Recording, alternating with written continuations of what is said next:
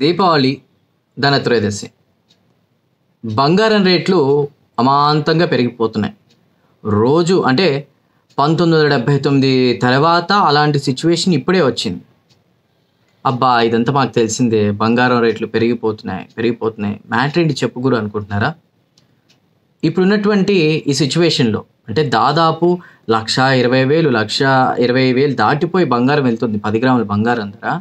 మరోవైపు వెండి చూస్తే గడిచిన నెల రోజుల్లో రోజు రోజుకి 5,000, 10,000 పెరిగిపోయి దాదాపు 1,00,000 ఉన్నటువంటి కేజీ 1,00,000 ఉన్నటువంటి వెండి ధర ఈ రోజున 2,00,000కి వెళ్ళింది.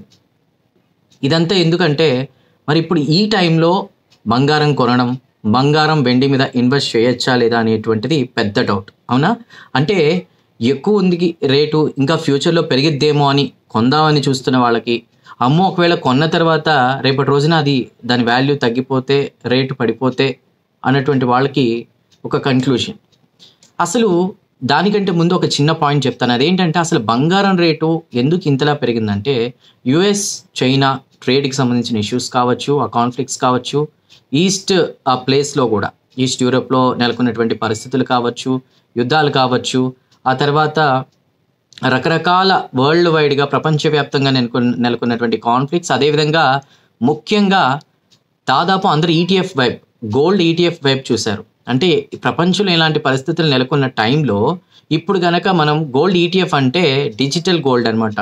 సో డీమార్ట్ అకౌంట్ ఉంటుంది, మనకి షేర్స్ కొనాలన్నా అమ్మాలన్నా ఖచ్చితంగా అది అవసరం. అందరూ కూడా దాదాపు 95% మంది గోల్డ్ ఈటీఎఫ్ మీదే దృష్టి సారించారు. అంటే డిజిటల్ గోల్డ్, ఆన్లైన్ గోల్డ్ సంబంధించి కూడా.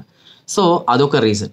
మరి ఇక సిల్వర్ విషయానికి వస్తే కనుక సిల్వర్ సంబంధించి ఎలక్ట్రానిక్ లేదంటే ఇంకా ఇతరత్ర అంటే ముఖ్యంగా కొన్ని పాయింట్స్ ఉన్నాయి. అవేంటంటే సోలార్కి సంబంధించినటువంటి వాటిలో కండక్టర్గా యూజ్ అవుతుంది. అదేవిధంగా ఇతరితర చాలా అటువంటి ఎలక్ట్రానిక్స్లో మెయిన్గా దీన్ని సిల్వర్ని యూజ్ చేస్తున్నారు. ఇలాంటి సిచ్యువేషన్లో సిల్వర్ కూడా ఇలా పెరుగుతుంది, ఫ్యూచర్లో పెరిగే అవకాశం ఉంది. అయితే పూర్తి స్థాయిలో గోల్డ్ మీద సజెషన్ ఏంటంటే నిపుణులు చెప్తుంది, డబ్బులన్నీ కూడా గోల్డ్ మీద పెట్టకుండా కొంతమేర ఇన్వెస్ట్ చేసుకుంటే, అంటే 2026కి సగానికి వచ్చేసరికి కూడా గోల్డ్ దాదాపు ఒక 6% మళ్ళీ పెరుగుతుందంట.